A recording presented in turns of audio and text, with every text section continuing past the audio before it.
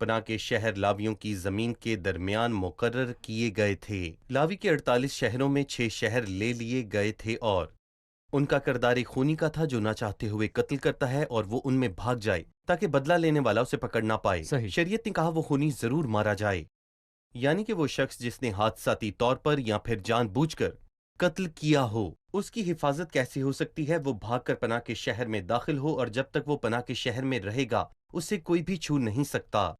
جن 6 شہروں کا انتخاب کیا گیا ان میں سے 3 یردن کے مشرق کی طرف اور 3 یردن کے مغرب کی طرف تھے، اور یردن کے مشرق میں شہروں کے نام تھے جلاد میں مرات اور بصر اور پھر جولان، اور یردن کے مغرب کے شہروں کے نام یہ تھے سکم، قدوس اور جبرون۔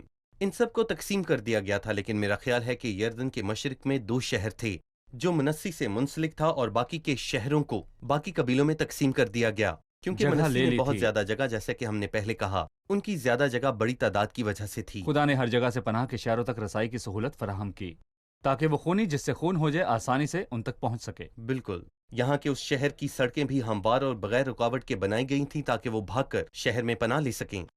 شکریہ، ہم ایک چھوٹا سا وقفہ لیں گے اور پھر دوبارہ حاضر ہوں گے۔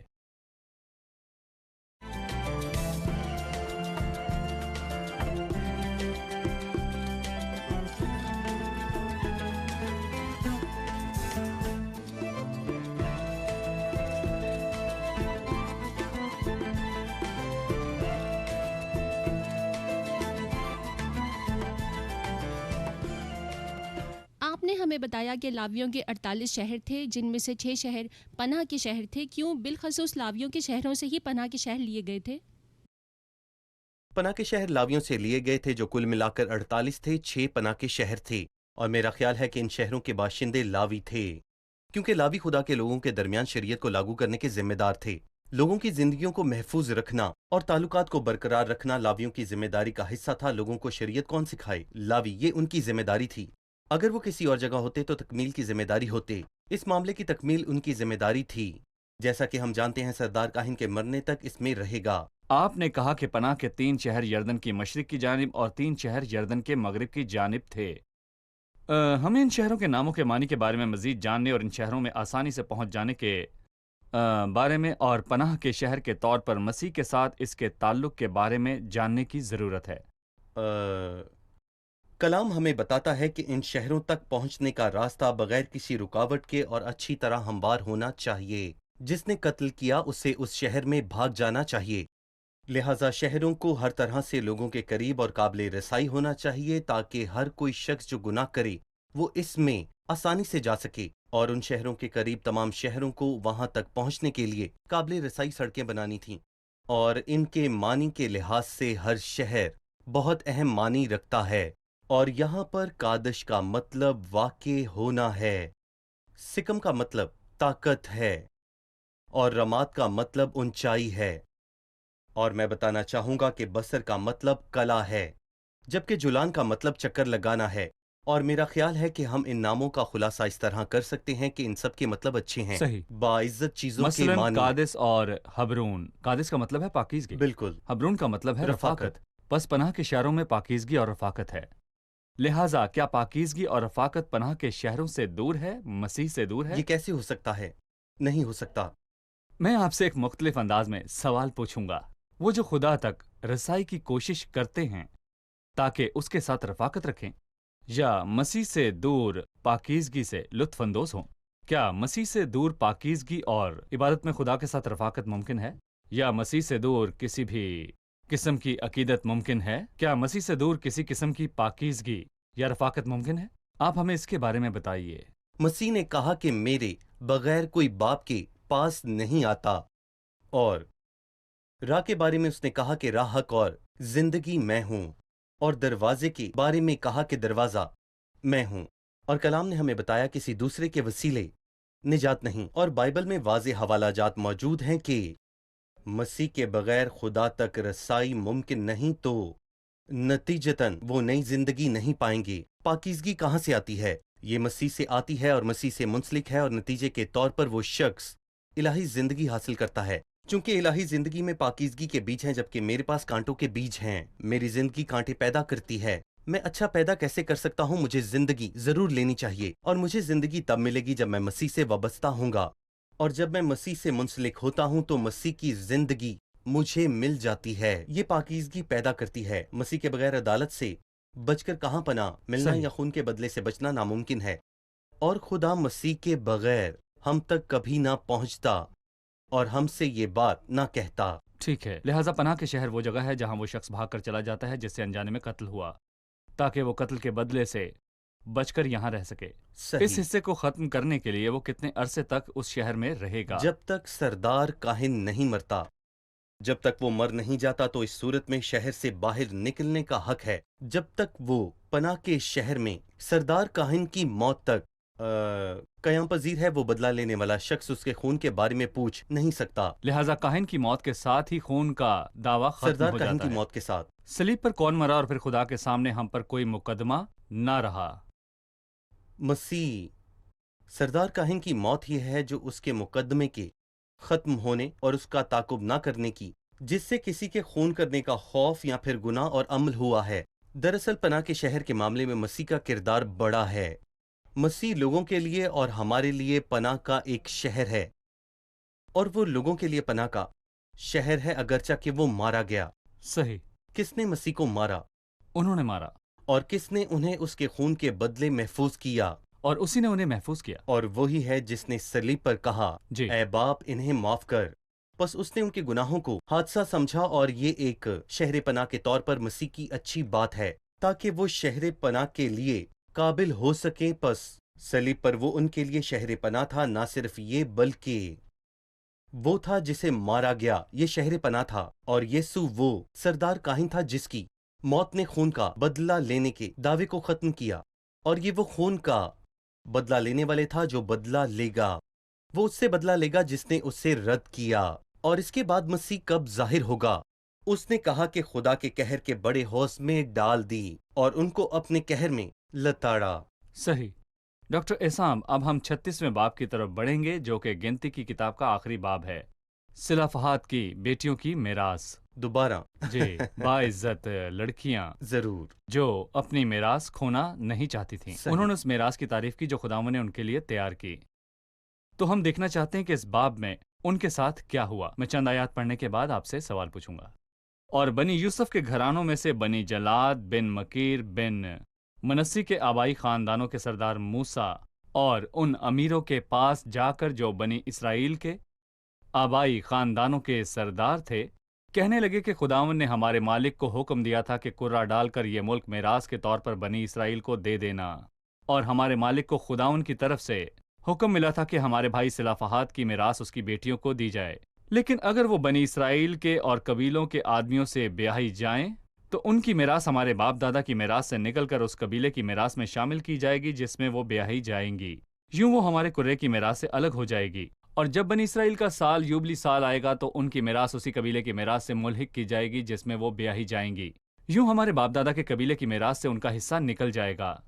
تب موسیٰ نے خداوند کے کلام کے مطابق بنی اسرائیل کو حکم دیا اور کہا کہ بنی یوسف کے قبیلے کے لوگ ٹھیک کہتے ہیں، سو صلافحات کی بیٹیوں کے حق میں خداوند کا حکم یہ ہے کہ وہ جن کو پسند کریں انہی سے بیاہ کریں، لیکن اپنے باپ دادا کے قبیلے ہی کے خاندانوں میں بیاہی جائیں۔